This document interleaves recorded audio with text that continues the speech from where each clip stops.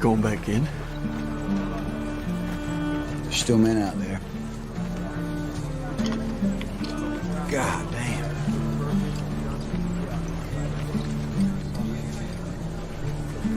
When I go home, people ask me, "Hey, Hoot, why do you do it, man? Why? You some kind of war junkie?" I won't say a goddamn word. Why? They won't understand. They won't understand why we do it.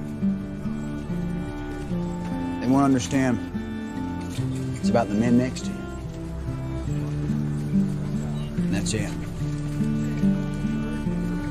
That's all it is. Find us on the web at mbradio.us. I want to make it clear that the views expressed by our hosts are not considered the official stance of MBR Views. Remember, this is all about having fun and enjoying the ride.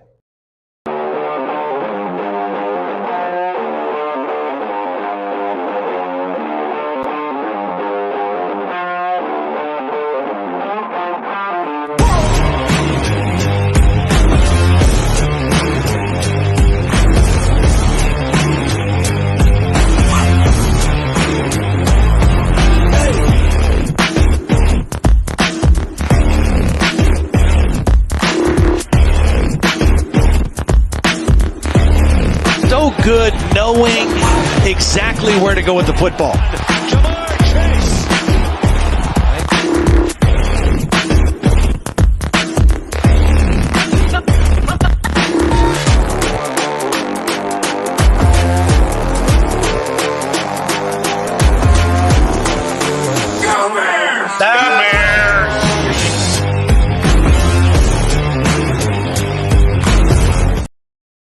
All right, what's up, everyone? Welcome back to Inside the Hoosier Mind, brought to you by Military Broadcast Radio, helping give veterans a voice. And if you liked the intro to my show, I'm actually bringing on the man, the myth, the legend that helped create that intro and make it what it is. It is actually my special guest of the week, the Ch Kid Mike Hughes, who covers everything Chicago. Interview of the week sponsored by LTD Tactical.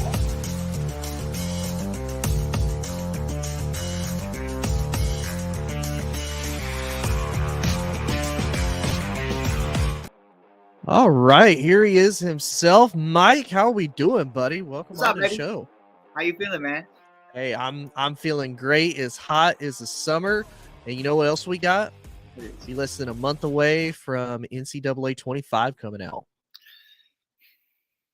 You know how I feel about it, Tone. Horns down all the way. We're not allowed to have fun anymore. So, we got Archie Manning's not in the game. No horns down. What game even is this, Tone? This ain't the game I grew up on.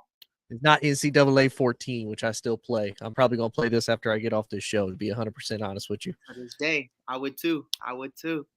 But we got a little bit to dive into today. Is obviously the offseason for a lot. I know for anybody that doesn't know, Mike is a huge Bulls fan. He covers everything Chicago. So he is actually also watching the NBA draft while he's doing this show currently to see what his Chicago Bulls do.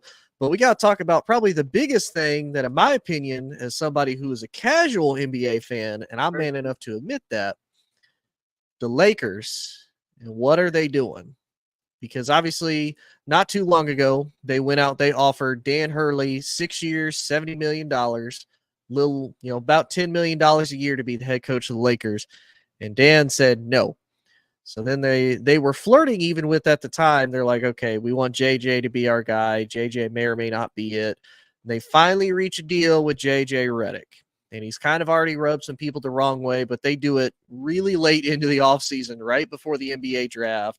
He's still got to hire some assistant coaches, because if he hires some good assistant coaches, he could potentially do really well, considering he's never coached at any type of level other than, I think he coached like a fourth grade elementary school basketball team. So he's got a little bit of work to go through. But Mike, man, what's your thoughts on them hiring JJ? Do you think it's a mistake right off the bat? I think it's a mistake for what they were trying to do, what they're trying to accomplish. I think JJ is going to be a great head coach. And I'm not just saying that because I was a huge JJ Reddick fan or because I listened to his podcast. Compared to you and myself, and anybody that just listens to podcasts and just not played in the NBA, JJ's made it clear. I know more than you. You don't know more than me. So, of course, he knows better than us, but does he know better than some of the best coaches in the league? That is yet to remain to be seen. Is he good in certain situations? For a guy who just stood in the corner his entire career, we'll have to see. But I'm excited, man. I'm excited about it. The only reason I think it was a mistake from what the Lakers were trying to accomplish was, they fire Ham, who was a first-time head coach due to inexperience and due to just not being great in certain situations. Mhm. And then you hire a first-time head coach and a first-time coach in either the collegiate level or in the NBA. So it's interesting. Not as interesting as Houston keeping the number 3 overall pick, but I mean, it definitely interesting. I think it's really going to be a lot of fun to see JJ do his thing. And I don't know if I can curse on here, but Yeah, you can. when he said he don't give a fuck, I was Yep. like, sold. I'm sold. JJ to the moon. That's exactly what you want to see. Like, he doesn't care how it looks. He understands if it doesn't work, he's probably going to get fired. So he wants it to work. He wants this to be a great thing. So I like it. Real quick, not to go on like I don't like talking for like X amount of time because I always feel like I talk too much. But I myself personally, I cannot speak for Tony or this network, but I felt like the offer they had for our guys in college never really were legitimate. It was kind of like, hey, we're going to offer you this, and I just need you to say no so that we can hire JJ. And that's really how I felt about it. They did their due diligence of trying to get other coaches. Yeah. But I felt like it was JJ the entire time. Yeah, and I'll be 100% honest with you. When Dan said no, I was not upset by no means, because I look at this for a couple reasons.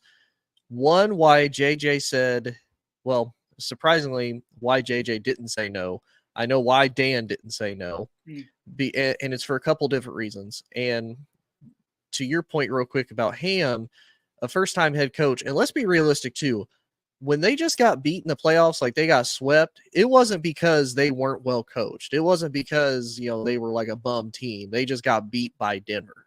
Like it wasn't like they were just going out there getting trounced and losing by like 30, 40 points. Right. They were losing close games. So the fact that people are like, well, Darvin Ham wasn't a good coach. I mean, you're not wrong, but the fact that he still managed to get them to that point and they just get swept because they just get beat by a better team, says a lot about his ability to coach. Yeah, Now, I felt like it was a lot of it was like, if you watch Lakers games, which I don't watch a lot of them, but I watch, especially in the playoffs or towards the second half of seasons, I watch a lot of them. And a lot of the time you're seeing Bron be a player coach. I see Bron with the clipboard in his hand, with the whiteboard, drawing up a play in the late game situations. And I think that was probably what frustrated him the most was and I felt like Bron throughout his entire career, even with Ty Lue, there are times where he disagrees with you and he's going to do it his way. Give me the fucking clipboard. And he just draws it up himself. We've seen Giannis do that before. And it's just one of those things where I think Bron wanted to get somebody who thinks the way he does more so than like, hey, you're going to buy into my system. And Bron's like, no, you're buying into what I want to do, which is what may have started the JJ Reddick Bron podcast to see if they do mesh the way he might think they do. And that was a great podcast. It was informative. It taught a lot of people a lot of things of useless information, unless you really care about hoops. I don't know if you watched it, but like they have like the meanings of the terminology underneath what they say. It's informative. It's informative. But yeah, that's how I felt about it. If you felt any different. No, I honestly, so that's kind of where I was going to go with it, because I look at this for two reasons. If I'm JJ, I feel like you're in kind of a bad spot no matter what. Like if I was JJ and people were seriously considering taking me as a head coach, I would have rather gone to Cleveland to be a head coach to learn, because it's a young roster. They've been set up for success the last couple of years. They can make a pretty good playoff run as far as the East goes. They have a real chance to succeed. Now, if he goes to Detroit, that's literally a trial by fire. Whereas if he goes to LA, he's in such a weird spot. Much to your point, I think a lot of this is LeBron's true chance to see how well he can do in coaching. And I'll be honest, like you said, we've kind of seen this throughout his career, and I think this is mainly started back when he came to Cleveland the second time with Ty Lue. I don't know how much he respected Ty Lue as a coach, right?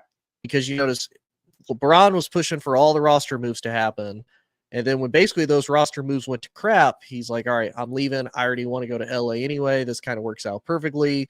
Cleveland's left in a dumpster fire while they have to rebuild for a few years. I'm going to go to the Lakers, and essentially did the same thing. They went all in for the bubble.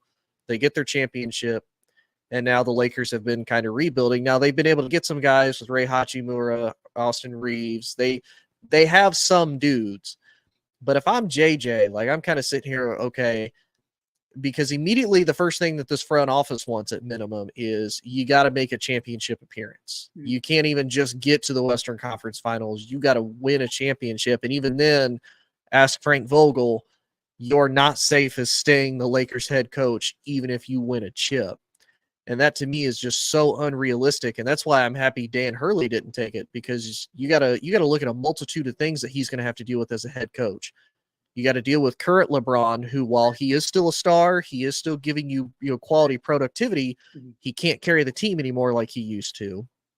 You have to deal with an AD that, while he's been healthy and been really good about staying healthy the last couple seasons, is he going to stay that way throughout your coaching tenure? And then, honestly, the rest of your roster, you have a bunch of dudes that you're trying to make a number 3, when in all actuality, you can't really do that, because you need some type of a solid 3 and 4 guy. You have a bunch of dudes kind of role playing into this. And now for JJ on top of that, you're going to have to, if you can make it this long, you not only have to deal with, current LeBron, you have to try to deal with the Lakers team post LeBron. Yeah. And I'm going to say something that might be a little bit of a hot take. You tell me what you think, because you watch the NBA more than I do. I think if LeBron retires, I think AD follows. Follows what? I think he either follows him into retirement or he leaves the Lakers. One of the two. Oh, okay. Okay. I'm so happy there's a second option. AD, Yeah. AD's not retiring by any. I think there's, like, from a business decision, there's a lot more money to be made for someone like Anthony Davis, and Anthony Davis could ride out in the NBA for probably the next 5 to 7 years, I would imagine. Yeah, because I kind of look at it as, I don't think AD, not that I don't think AD couldn't be a number 1. I don't think physically he's going to be able to be a number 1, as far as you got to be the main guy we feed through, especially given your injury history. Now, again, you've done better the last few years, but you've also had the help of Braun the last couple seasons too. Let's be the last year. Like that, that was, this past season was great, but over the last 2 years, like, no, I can't give him years yet. He played more than 50 games for the first, or 60 games in the first time, and I don't know how long. I think his entire career, isn't it? To your point though, even if he is fully healthy, as he continues to age, you brought him in to be Batman. You traded Ingram, Lonzo, Julius, and everybody else, Josh Hart, and they've all had success elsewhere, outside of Lonzo. But even to be fair, like, even Lonzo did have success when he did play. And I think when you trade all of those assets for that, and Brandon Ingram, how could I not forget about Brandon Ingram? Well, I know how I can forget. He's in New Orleans, but Brandon Ingram's a dog. And I think with AD, without Bron, it's like, even when you were with Bron, outside of the bubble, we never really saw you take over as a top 5 player in the league. And that's what LA wants. So I think they definitely would go into a rebuild mode and move on from Anthony Davis. Retiring is not a question. I mean, that's not, I don't think it's a statement for AD at this point in his career. I don't even think he's 32, if I'm not mistaken. He's what? I don't think so either. But I only say that because do you think AD would be okay with having to basically go somewhere else and being a 2? Because, I mean, you think about it, when you look at somebody like LeBron, it's really hard to argue, like, yeah, I could be the one after LeBron leave. Like, that's hard to make an argument. But now, like, I might have to be the 2. Like, if I go to Milwaukee, or honestly, I know there's a lot of rumors that Giannis might come to LA at some point if Milwaukee lets him leave. Like, all the crazy NBA rumors that happen. So, like, yeah, sure. I think you have to ask yourself that same question, but change the name. Could you see Russell Westbrook doing it? Could you see James Harden doing it? Could you see John Wall doing it? And John Wall even said the other day, I just want to wear an NBA uniform again, whether that's as a player on the bench, a starter, or a coach. And these guys want to get paid because I'm sure they've all bought a bunch of dumb shit in their time and they need to continue making money. Yeah. But and on a more serious note, these guys want to remain in the league and they want to be a part of the NBA unless, injuries derail, somebody to that point to where it's like, I just need to retire. We've seen guys like Isaiah Thomas fight their way back to the league, dropping 80 on a bunch of Europeans. So, I think that's really what it is for me is, everybody kneels at some point who is at that number one spot. Everybody has their day. Bradley Beal, even to that same conversation, to that same extent, isn't even a number 2 on Phoenix right now. And some might even say he's not even the number 3 at certain times. Like it's definitely one of those things where as we get older, it's super unfortunate. Derrick Rose, my guy, the Windy City assassin himself, from the youngest MVP ever to a motivational speaker for Ja Morant on the Memphis Grizzlies. Like he doesn't do much else other than that. So I think it's definitely one of those things that just comes with age. I don't think AD would have a problem with that. I think he continues to do what he does, and I don't see him. I could see him leaving LA, but I can't see him just leaving the league because Bron did. He was great before Bron, and I think he could still be great after. Yeah, I think it's possible, but it will be interesting to see. Like we talked about, the injuries has played a key part, and I think that might be what potentially derails him. But we'll see. We are going to take one quick commercial break, and when we come back, we will get into a little bit of football as far as Mike's guy, Trevor Lawrence, out of one of his favorite colleges of Clemson, and how he's getting compared to Daniel Jones of all quarterbacks. The disrespect. But we will be right back after this. The fact that our patriotism in America is dwindling, I really wanted to start the American AF movement. Freedom is fragile, very fragile.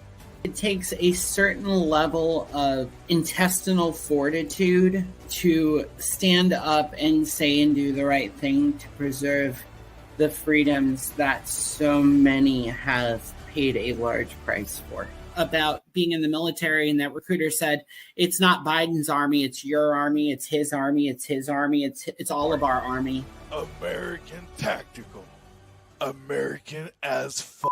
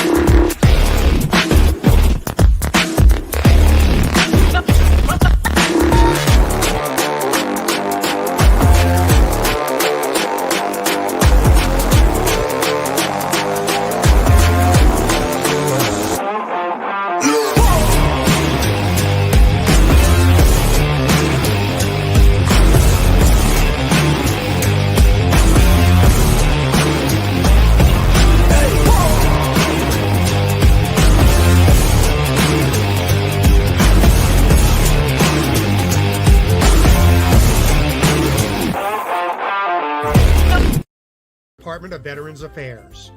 For PSAs on the best services available to veterans, go to VA's new radio outreach page, news.va.gov/outreach/radio. All right, we are back for the second half of the show, and we're going to talk Mike's guy, the guy that has been touted as the generational quarterback, at least this coming draft. Well, this past few drafts, we've had all sorts of different types of guys come in as far as the generational guy. We've had Peyton Manning, we've had Andrew Luck, we've had RG3. Now we get to kind of modern day, and we get Trevor Lawrence. And so for anybody who doesn't know, I'm going to read these stats off real quick for you guys. Hold on, bro. You didn't say Caleb Williams is crazy. Damn. No. Hey, we don't know how Caleb's going to be Damn. yet. We don't know how Caleb is going to be yet. I know. We gotta wait for him to get there. We gotta wait for him to get there. I know. But so to compare the first 48 starts for Trevor Lawrence to Daniel Jones is pretty crazy. So For Trevor Lawrence, his total yards in the first 48 starts, he has 12,204 total yards, 66 touchdowns to 35 interceptions. He's lost 20 fumbles with a passer rating of 85.5. Daniel Jones, on the other hand, has 11,992 yards in total yardage, 64 touchdowns, 33 interceptions, 21 fumbles lost, and a passer rating of 85.4. So with the exception of some, maybe a couple more touchdowns here or there, a couple more interceptions are not here or there, and the difference of about 300 yards or so, they've had a really similar career up until this point. Obviously, Trevor just got paid a ton of money. Daniel Jones got paid a ton of money last year and is actually making about $40 to $45 million.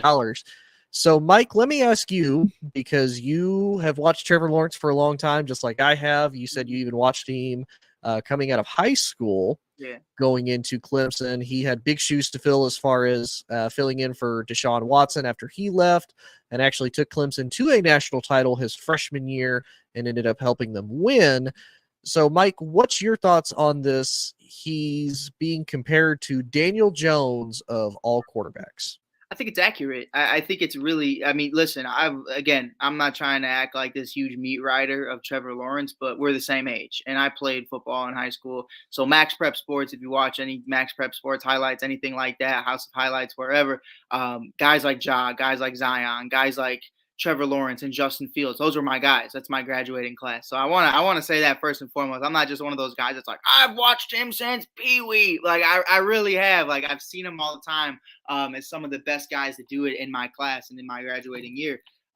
So I have gotten to watch Trevor Lawrence a lot. And I even loved the QB1 show that Justin Fields was on.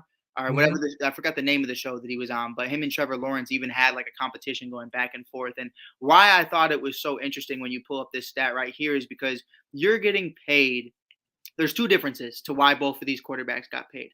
One is a bad financial decision, and it's just because you don't know what you're doing as an organization in the New York Times. Number two is, on the other hand, based off of potential. I think they're looking at what Trevor Lawrence can be and hoping that he can become that once again. That prolific guy who's going to take you to the promised land, the national champion freshman out of Clemson with Dabo Swinney that just made waves and looked like the next Andrew Luck, looked like the next Peyton Manning. I mean, he looked like he was made in a laboratory. He still does. He's got a beautiful wife as well, and they have a beautiful dog, and they have a beautiful story. I mean, he's what you want out of a franchise quarterback. Unfortunately, what we've seen from the two thus far is very similar. And I think that's the more interesting conversation for me, is really breaking down why that is. Daniel Jones is a shit-ass quarterback, period. Yes. But he also hasn't had weapons offensively outside of Darren Waller, and he is a horrible rapper now that is retired from the league. So it's Saquon Barkley, sure, but like that's not an offensive weapon that he's going to be able to help with his passing game. That's going to help him go from 11,000 to 15,000 just due to a couple guys. You know what I mean? Like that's really what it comes down to. Trevor, on the other hand, I can't really say the same thing for him anymore. I mean, you bring in Christian Kirk, you bring in Calvin Ridley, you bring in Evan Ingram, Travis Etienne. Like, he has weapons. He has a decent offensive line. He has a solid defense, a better coaching staff. Yes, we understand what his rookie season was with one of the worst NFL coaches of all time, without a doubt. But, it's definitely one of those things for me where the stats don't lie. The stats don't lie, and this is what it is at the end of the day. So I think until you start winning meaningful football games, until you start showing us that you're an MVP caliber player, that's when you start to have a change of heart to maybe this contract doesn't look as bad. You are getting paid more than Lamar Jackson, a two-time MVP. You are getting paid more than Patrick Mahomes, who, three-time Super Bowl champion, multi-time MVP? Yep. I mean, that's I understand how the market works. I'm not an idiot. You know what I mean? Right. It's just going to continue to climb and climb, even if you're undeserving of guys to be compared to. But when you look at this and say, nah, bro, you can't make those comparisons. Yes, I can. Because neither of them win games, meaningful games. And both of them have damn near identical stats. So it definitely is, to me, one of those things where, Daniel Jones gets paid what he gets paid because they don't understand what they're doing as an organization. And I don't think they were prepared to let go of Daniel Jones at that time and where they were in the draft. But I mean, Trevor is in that same situation to me. As much as I'd like to agree, Jacksonville also doesn't know what they're doing. They did pay him because they want him to be the franchise quarterback of the Jacksonville Jaguars. Whereas I don't really know if the Giants really want Daniel Jones in the building, to be completely honest. I think they'd rather he wasn't, but they're just kind of in that situation. They're in a toxic relationship. But yeah. I'm. How do you feel about it? Because I'm kind of just like, it's not wrong, but it's not right. Yeah, the only thing I would argue is, to me, Trevor's in the same boat as far as weapons go. And I say that because obviously, Trevor's rookie year, he has Urban Meyer as a head coach, so that scratches a lot of things. I didn't even want to say his name, bro. I ain't gonna lie. But ETN got hurt his rookie year at the same time as well. So he loses ETN. When he comes back, ETN is essentially playing what would be his rookie year with Trevor. Trevor's already ahead of the game as far as he's used to the speed of it. He's used to getting the hits. Yes, they get Calvin Ridley, but he only has him for a year. And then they plunder signing him this offseason, and he ends up signing with the Tennessee Titans in the division with him. And yeah, they get Evan Ingram, who, ironically, from the Giants and played with Daniel Jones, has had a bit of a career revival because I think Doug Peterson has done a better job as far as utilizing his talents behind that. I really don't get where people kind of compare it, because, or not to say that people are going to try to argue that he's as bad as Daniel Jones. He's in the same situation as Daniel Jones. Like, you look historically at Jacksonville, they've always been bad.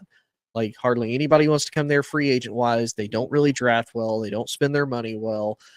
Defensively, they've taken a step back for sure. Offensive line, they've had to fix.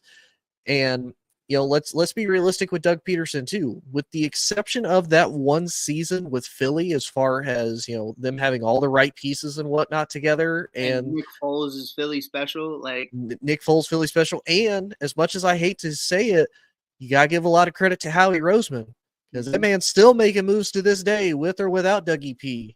And Philly has either sniffed a couple Super Bowls or been to a Super Bowl again since then. So it wasn't all just Dougie P. What's up? You're looking confused. Philly did go to the Super Bowl. They did. They went to face Kansas City and they lost. I mean, but you can't say they didn't sniff one, and they did sniff it. They sniffed it. They just didn't. They did. Well, I mean, I'm trying to think, because they went to the Super Bowl. They didn't go to the NFC Championship. I'm trying to think of how many times they've gone to the playoffs with Nick Sirianni. They've gone 3 times. 3 times, I think. Yeah, the first time they got destroyed by the Bucks. Then they went to the Super Bowl, and then they ironically got destroyed by the Bucks again. Post Tom Brady with Baker Mayfield. Yeah. But nonetheless, and then you look at the Giants with Daniel Jones. Now, like you said, the only weapon he's really ever had is Saquon Barkley. Right. But the reason Saquon Barkley couldn't be as effective as a weapon is the same reason why Daniel Jones has struggled as a quarterback. That offensive line has been crap ever since, honestly, since they won their last Super Bowl. That offensive line has been awful ever since. They've invested a ton into defense that has honestly both underperformed, mainly because they can't stay off the field because their offense keeps turning the ball over. And they really don't. The one time they make a big splash, they get Kenny Golladay of all wide receivers, and that man committed highway robbery on national television, and we let him get away with it. Chicago native. Shout out to him. Shout out Is he really? He is. That's awesome.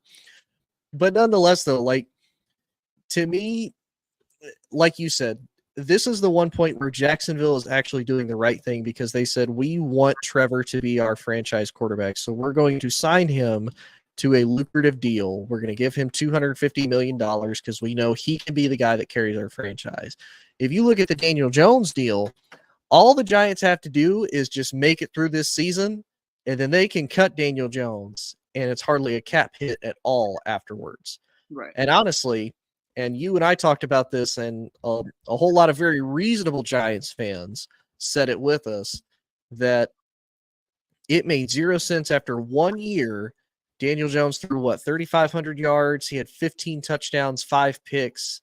and he ran pretty well. Got him into the playoffs. He beat, Kirk Cousins and the Vikings, which isn't exactly hard to do because it's a primetime football game and it's Kirk Cousins. Oh man. And they pay him a ton of money afterwards. It blew my mind. But to get back to the actual comparison though, I'm in the same boat with you. I get why, because the statistics don't lie. They've both had multiple head coaches. They've been in pretty bad, at least within the last 10 years or so, they've been with bad organizations, bad management, and neither one of them can seem to really get out of it. I think for Trevor, the reason why he gets more grief than anything is the Giants have been so bad for so long. Even when they had Eli and they turned the reins over to Daniel Jones, everybody's like, well, the Giants have been bad. For Trevor, because they put that title of he's a generational guy, look at what he did at Clemson, he's a generational quarterback, he should be able to carry a team like the Jags. I'm going to make this argument. How many guys have we seen that were really good in college, like really good, go into the NFL? It's hard to carry a bad NFL team because you're having to go against other top dudes in the league. Like you look at Colt McCoy with Hughes in Texas. He's a great quarterback. Could not carry the Browns to anything, and pretty much every other quarterback that went to the Browns. I could look in my backyard, bro. I mean, look at Justin Fields. Justin Fields is a totally different conversation as well. So it's like it's one of those things where it's just, you don't know what's going to happen until it happens. And I'm also have to rewind because what the fuck? I'm sorry, Tone, but like you're good, buddy. There's so many people getting drafted right now, and I'm just like, I'm Conor McGregor. Who the fuck is this guy? Like, I have no idea who any of these people are. So it's like I'm trying to figure it out as I go along. But I'm with you, bro. Like I really am, and I think the consensus at the end of the day to me is building around a championship caliber quarterback. And I think the easiest way to do that, unless you are Patrick Mahomes, and even then, it's still super easy because of how team friendly his contract is really one of those things where you have to understand who you are as an organization. You have to be like, listen, I know it's an anomaly for the way Ryan Poles has gone about the way he's done it, but Caleb Williams coming into a perfect situation is due to the fact that we didn't force this upon him. We didn't make him go through the bad years. Right. Trevor Lawrence went through the bad years. We've seen Justin Fields go through the bad years. We see what happens when players don't go to good organizations, to good teams who don't build around you automatically. They fire your previous head coach after your first year. Who has that in common with him? Justin Fields. You know what I mean? And even Daniel Jones has lost a couple head coaches before. So it's like you need that continuity to be able to have success. Trevor hasn't had it. Daniel hasn't had it. Those aren't excuses for the way they've played because Trevor looked like shit against the Los Angeles Chargers. Or was it the Chargers or the Raiders? I forget who they almost the one that he actually won the playoff game. Yeah. But it was the Chargers, but he looked like crap in the beginning half. Yeah. It's just one of those things where I'm gonna walk away for a second, but they definitely need to be in a better position to where we're looking at them for the foreseeable future as like these are guys that are going to continue to have success over the years. And I just don't see that ever happening from organizations like that, unless to your point, you get that Andrew Luck, you get that Peyton Manning, you get that, you know what I mean? And it's hard to like Trevor. I mean, Trevor was the hottest thing since pants with pockets, bro, since sliced bread, like since gorillas found out that you could peel a banana. Like that's like, it really is just like that. Thanks, Nikki. This is this is my mom's, I guess. Like it's been there since I was a kid. So no idea at all. That's sorry, Mike. Sorry, Mike. Didn't mean to distract you. I just wanted to point that out because thank you. I like that comment. That's awesome. But yeah, man, I'm interested to see what happens this year. I think this year is going to honestly prove a lot for both quarterbacks. I think it's going to prove a lot for Trevor as far as he's got Brian Thomas at LSU. Now the third season with the Jags, so got a little bit more confidence. He's got his contract. Can they respond to it? And Daniel Jones. Yeah, they got Malik Neighbors, but that's about all they did. They lost Saquon. They really haven't done much either as far as drafting, free agency, and whatnot. So it'll be interesting to see how they're able to do. But Mike, buddy, I appreciate you being on as always, man. Always a blast. Appreciate it. If you guys like Mike and you like everything Chicago related, both with the Bears, the Bulls, the Cubbies, and for many people who don't know, if you have hopped on following the WNBA, all of the Angel Reese, Caitlin Clark, is it Camilla Cardozo? Camilla Cardozo on the Sky. Mike covers them. He does a great job covering the WNBA as a whole. He does a great job covering women's college basketball too. So if you like that, Mike is the guy to follow at the Ch Kid on pretty much everything social media wise. You can also follow me at Inside the Hoosier Mind, and you can probably find Mike on some of my stuff too. We follow each other and whatnot, so we're not hard to find by no stretch of the imagination. But Mike, appreciate you being on, man. As always, it is a blast. Thank you to Military Broadcast Radio for having me on here, giving a voice to veterans and helping me out. If you guys would like to learn more about MBR, please scan that QR code right underneath Mike there to give you a little bit more information. But I hope everybody has a good night. Enjoy the NBA draft tonight, and we will see y'all later. That's the show for today, everyone. Thanks for listening. We'll be back next week with an all-new show. And remember, you can listen to us again and again. The podcast of this radio show is available right after we go off the air tonight, anywhere that you can get your podcast episodes. And thanks for joining us today. I'd like to take a moment to talk about something close to my heart. Military Broadcast Radio is doing incredible work to support our veterans and bring their voices to the world. They rely on your generous donations and your dedicated volunteer hours to make it happen. I encourage you to consider supporting MBR in any way, form that you can. Use this QR code that's attached to the picture, or you can go to our website at mbradio.us. That's MikeBravoRadio.us to learn more about how you can donate or volunteer even just an hour a week from your home. Help make a difference in the lives of our veterans, because once again, we're all here for you and not for us. We're giving our veterans a voice.